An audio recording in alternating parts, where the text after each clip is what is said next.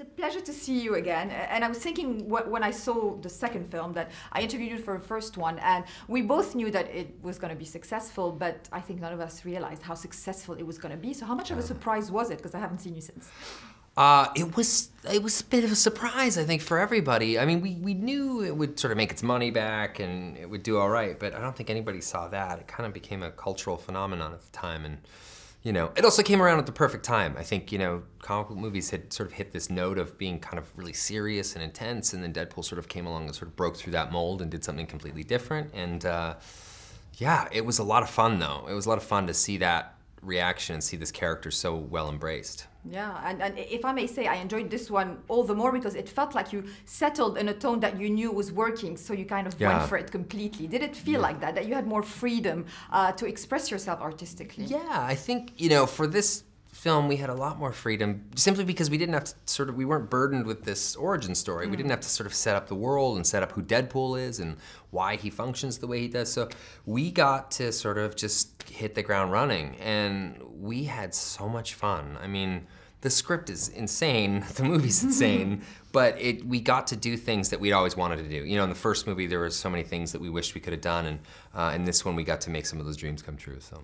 And because you co-wrote it and you produced it, how much does that also, improve the challenge for you and make it all the more exciting? I really didn't do much more on this one than I did on the first one. My role's always kind of been the same. You know, I kind of am I'm a keeper of the Deadpool flame, so to speak. I love Deadpool so much, and it really does come from that love. But these movies are huge collaborations. I mean, you know, Rhett Reese and Paul Wernick, who also wrote the screenplay with me, we've all been friends for 10 years.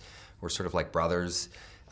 Dave Leitch is just brilliant and brings this whole kind of fresh take. I mean, he's a master of action, and sort of he loves to get things in the lens as opposed to use CGI and digidoubles and those sorts of things. Well, we use some of that, but he really sort of found a way to bring that down and dirty vibe to Deadpool that's so important to the character. So I love it. I love the process of making these movies. They swallow my entire life whole, but it's worth it.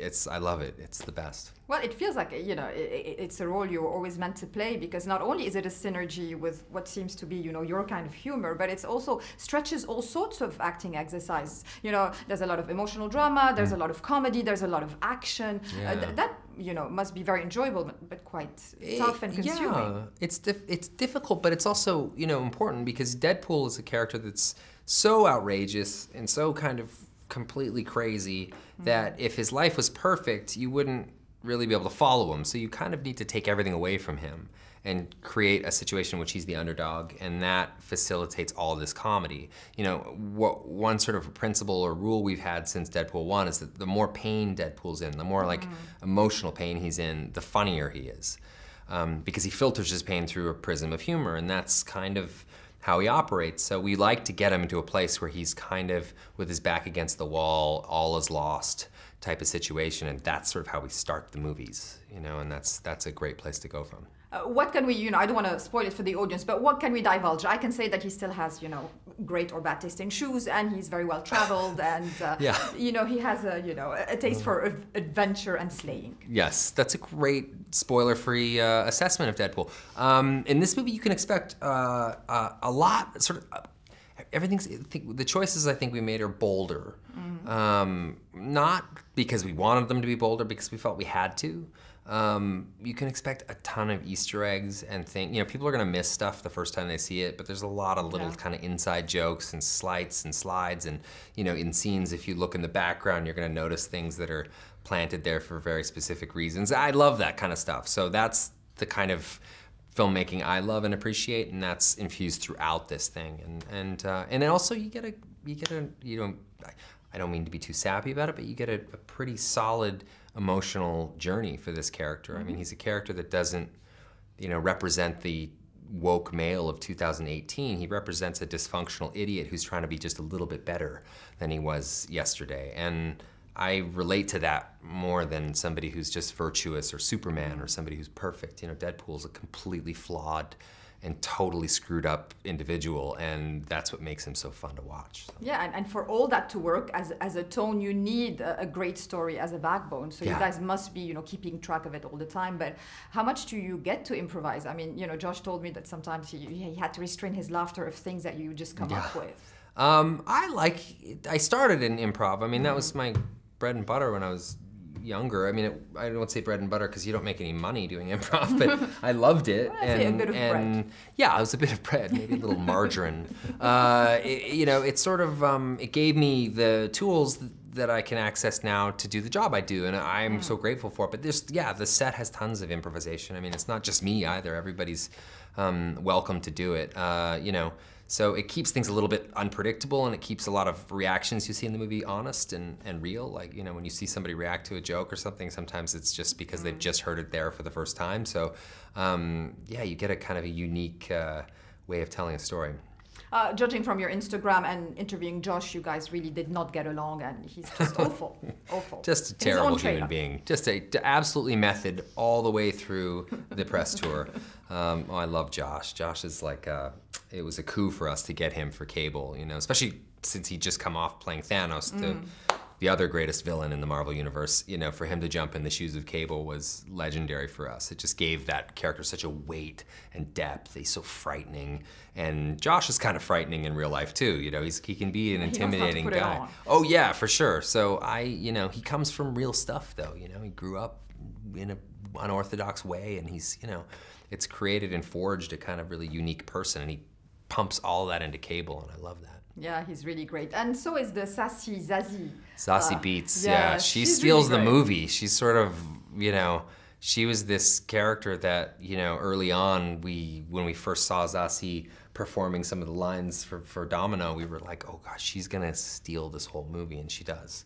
She's so funny and so charming, and just, she's her superpower. Deadpool, in the film, Deadpool feels her superpower is just the stupidest thing on earth. She's just lucky. She's lucky, which is Deadpool doesn't believe is a superpower. Of course, by the end of the movie, Deadpool's very much a believer because it's pretty amazing how we kind of make that cinematic in the film. So. You said it consumes your life. Do you get inspired by things around you on a day-to-day basis, not only for the writing, but for the kind of, Instagram post with Wolverine / Hugh Jackman? Yeah. Yeah, I do. I mean, Deadpool's constantly pulling pop culture into the movie. He's always referencing pop culture, always referencing, things that are current events to events that happened in the 90s or the 80s. He's just always kind of doing that. So, and I do that. I mean, that's just how I kind of live. I love pop culture. I love consuming it. I love lampooning it to a certain degree. So it's something I do, yeah. So a lot of the films and the references are yours personally? Some of them are, yeah. I mean, I don't want to do any discredit to my fellow writers, Rhett Reese and Paul Wernick. Those guys just brought so much to the table. So they of course had a huge hand in that. But there's a lot of things in the movie that I personally love and I put in, and yeah. Same with the first movie, yeah. Yeah, I really enjoyed that as well. And I would totally see Deadpool singing Celine Dion in the shower. Of course. So how did that connection happen? Wow, the Celine Dion thing was just like the weirdest miracle that ever happened. Well, there's a Canadian connection. Yeah, there's a Canadian connection, which I promise you I exploited. There's, the fact that she's just such a legend, and we had this song that we loved, and we'd heard it 6 billion times because we've had it in the edit room for months and months. But we knew that we needed a singer. We needed a sort of somebody who was pop culturally relevant or somebody who could help push that song out. And the studio came back to us with a lot of names of young singers that were really amazing, and Rhett, Paul, Dave, and I just sat around going like, we need someone who, what if we got someone who was like a legend, like a Barbra Streisand or Cher or Celine Dion? And we're like, Celine Dion, she's perfect. She sang the Titanic theme song, she's perfect. So I wrote her a letter. I just wrote her a letter, and I foolishly said yes. And the next thing I knew, we were shooting a music video to the movie, which is like an art that has sort of died since the 90s. Like, you don't see a lot of music videos with film footage in them anymore. And we loved that it was a throwback to that, and we loved that it kind of used that. But at the same time, the song's incredible, and it's so emotional, and it's like a hit song, and it's beautiful. So I think that's really what attracted Celine, was that it was an incredible song. But she was such a sport. I'm so happy that we got to shoot a music video with her. That was probably one of the most fun days I've ever had shooting anything in my life was that day with her. Yeah, I'm sure. Well, it seems like audiences are ready for that kind of film, you know, which is quite unique and original and raw. Growing up, did you feel that there was a lack for them? Did you feel that there were movies that you would like to see that you never saw on screen? Well, I mean, you know, for me it was Deadpool. I mean, Deadpool is something that I've been attached to or trying to get made since 2004. And I always, I'm older than that, but I just wanted to see something like that on the screen so badly. So a character that was meta and a character that represented the audience as well as entertained the audience, you know, and Deadpool's sort of like the host. He says and does things that the audience might be thinking in that moment, and then we'll turn to the audience directly and just break the fourth wall and talk to them. And that was something I always wanted. And I always like satire too, and I like the idea that you can do a comic book movie that has heart, that has enormous action, that has intense comedy and so much fun, but at the same time, you can, you know, have a kind of this meta element. You can have this element where you get to sort of pull the rug out from under all of that and comment on it and allow the audience to be a part of that. It's so fun for me. Yeah, absolutely. Well, the first time I interviewed you was in 2004 when I was 3 months old. You were 3, yes, I remember that. Yes, exactly. Yeah. And you have a career that you can be proud of. Did you ever expect it? You know, of course it had its turns and its stepstones, but are you proud of it now? No, I'm so proud. I mean, even the worst moments I'm proud of. You know, my career's had huge valleys and peaks and, you know, and that's what happens in a career, you know. You can't appreciate the good unless you've experienced the bad. And I've definitely had my share of both, and you know, I love them both in equal measure. So, you know, looking back, I just can't believe I'm here. I'm mostly just happy that I get to make movies like Deadpool and Deadpool 2, where I'm doing something that I really feel like I was put on this earth to do. I feel like Wade Wilson in Deadpool was the reason I was eased out of the womb. So. Your reason for living. Yeah. A couple of months after our first Deadpool interview, I was covering Comic-Con in Dubai, and then all of a sudden they were no longer dressed up as Pirates of the Caribbean, but everybody was dressed up as Deadpool. Ha! Suck it, Jack Sparrow. Absolutely. Did you also expect that, you know, going to Comic-Cons and having so many Wades around?